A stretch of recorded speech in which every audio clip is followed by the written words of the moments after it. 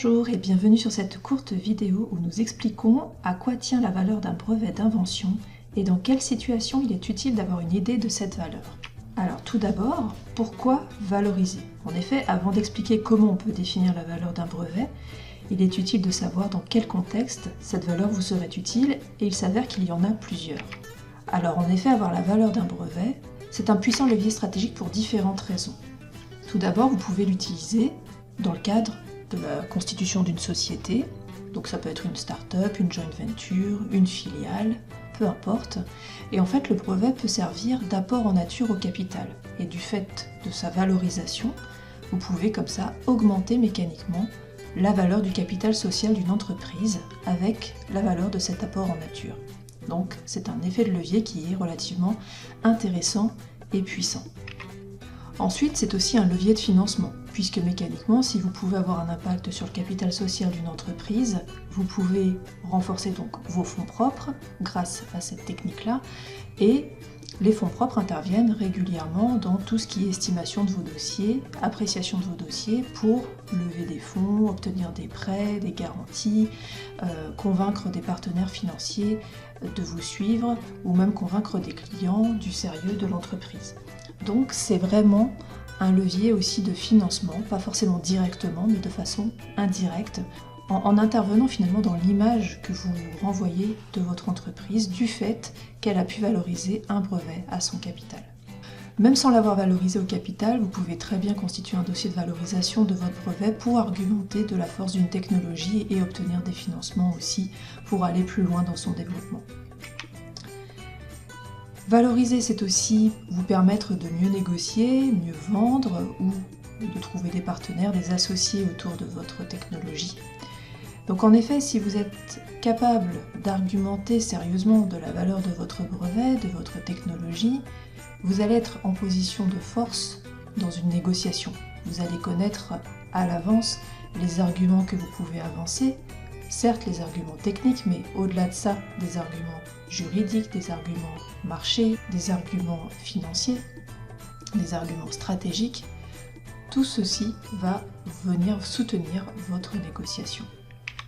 Évaluer un brevet, ça vous permet aussi de mieux diriger votre entreprise, sa R&D, les investissements que vous allez faire relativement à la protection de cette invention, puisque vous aurez un regard d'un tiers indépendant, vous aurez un regard sur l'ensemble de votre portefeuille potentiellement de brevets de R&D, ce qui va vous permettre d'arbitrer éventuellement le renforcement de certains droits par rapport aux différents développements que vous avez fait dans votre société. Et enfin, avoir une idée de la valeur d'un brevet peut vous permettre aussi de mieux investir, puisque là, vous n'êtes pas nécessairement propriétaire du brevet, mais peut-être que vous êtes intéressé par une entreprise, une start-up, un projet qui détient un brevet, et vous avez envie d'avoir une idée de la solidité de ce brevet, de la solidité de la technologie qu'il protège, et donc d'orienter ainsi mieux votre investissement, votre décision. Donc voilà les différents contextes dans lesquels la valeur d'un brevet peut être importante. Alors, une fois qu'on a dit ça, il existe plusieurs méthodes d'évaluation qui sont en général inspirées des méthodes de valorisation des entreprises. On a simplement pris les méthodes existantes et on les a adaptées finalement à l'évaluation des actifs immatériels, mais ça reste une approche assez différente. Maintenant que vous connaissez les contextes éligibles, comment détermine-t-on la valeur d'un brevet d'invention? Il y a 3 grandes catégories de méthodes et chacune ne se consacre pas sur les mêmes dimensions. Le choix de la ou des méthodes dépendra donc fortement du contexte et des informations disponibles. Donc parmi ces 3 grandes catégories de méthodes, on a l'approche par les coûts, coûts de remplacement, de reconstitution, coûts historiques, qui va vraiment s'intéresser en fait au passé, c'est-à-dire comment vous avez constitué votre brevet, la technologie qu'il protège, etc. On ne va pas forcément parler de l'intérêt du brevet, de sa projection sur une exploitation future. Là, on va vraiment parler des investissements, des dépenses qui ont été faites dans le giron de ce brevet. La seconde approche, c'est l'approche par le marché ou l'approche par les comparables. Là, généralement, c'est une méthode et une approche plus délicate que lorsque l'on se situe dans la comparaison d'entreprises, puisque Comparer une entreprise à une autre dans une même filière, dans un même domaine d'activité, c'est possible.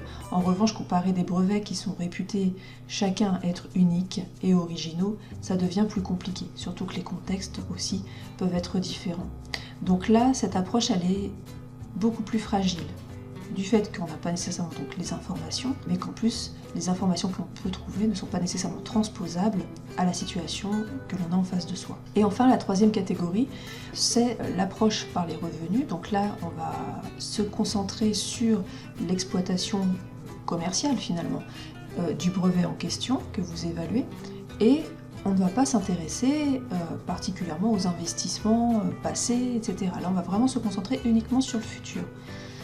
Et donc là, il s'agit finalement d'analyser différents scénarios d'exploitation, de voir quelles sont leurs probabilités de succès par exemple, les risques qui peuvent encore être présents et conditionner la réussite d'une exploitation particulière. On peut étudier différents modèles d'affaires, ou on peut aussi se concentrer simplement sur le business plan de la société quand on a un contexte qui est déjà très bordé. Donc là encore, ce sont des approches qui sont intéressantes pour peu qu'on puisse se projeter dans l'avenir. Donc voilà un peu les différentes méthodes qui existent, et en fait le choix de ces méthodes, comme je disais au début, va dépendre du contexte, des informations dont on dispose. Pour mettre en œuvre ces méthodes, argumenter et opérer les choix les plus pertinents, il est quand même nécessaire d'adopter une vision transversale du brevet à évaluer. Ce n'est pas seulement un titre de propriété industrielle. Donc, il n'y a pas que l'aspect juridique à considérer, il y a bien d'autres dimensions qui sont en jeu, et il est impératif de toutes les passer en revue. Donc en effet, il y a le juridique, puisque on a un titre de propriété industrielle, il convient de savoir si il est bien protégé, si le titre a été délivré ou non, si on est au stade de demande de brevet, si le titre a été étendu à d'autres pays, d'autres régions du monde, quelle est cette durée de vie potentielle, etc. etc. Voilà, donc l'aspect juridique, on va forcément l'analyser, mais on ne va pas se réduire à cela. Il peut y avoir aussi une dimension fiscale qui entre en jeu en fonction du contexte, et là aussi il est intéressant d'avoir une pleine maîtrise de ce contexte-là. Quand vous êtes dans un apport en nature, par exemple, voilà, il y a une condition, il y a un impact du fait de l'apport en nature sur un brevet, notamment la position de la plus-value, etc. Donc dans le cas du brevet, c'est plutôt intéressant en France de le faire, mais dans le cas d'autres actifs immatériels, par exemple, il y a une incidence fiscale qui peut être importante. Donc c'est intéressant aussi à ce niveau-là d'avoir une approche et une idée de l'impact fiscal.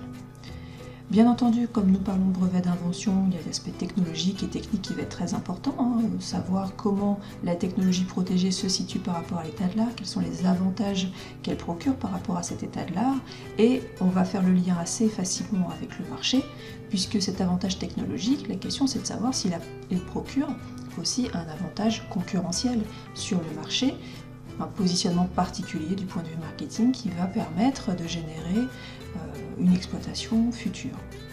Peut-être que cette exploitation existe déjà. Ensuite, on fait également un point sur la stratégie d'exploitation qui est envisagée par le titulaire ou par ses futurs partenaires, par exemple. Donc, voir comment il se positionne sur son marché, sur la technologie, par rapport à différents partenaires, quel est son choix de modèle d'affaires. On va creuser tous ces aspects-là.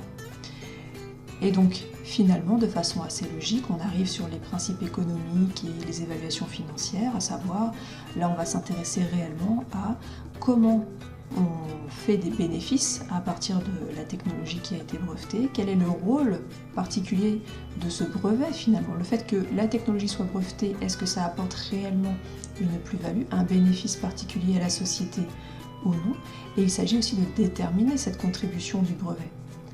Est-ce que finalement, si on n'avait pas de brevet, est-ce qu'on aurait le même business model, le même business plan, les mêmes bénéfices attendus? Ou est-ce qu'il y a une plus-value qui est réellement apportée du fait de l'existence de ce portefeuille de brevets ou de ce brevet?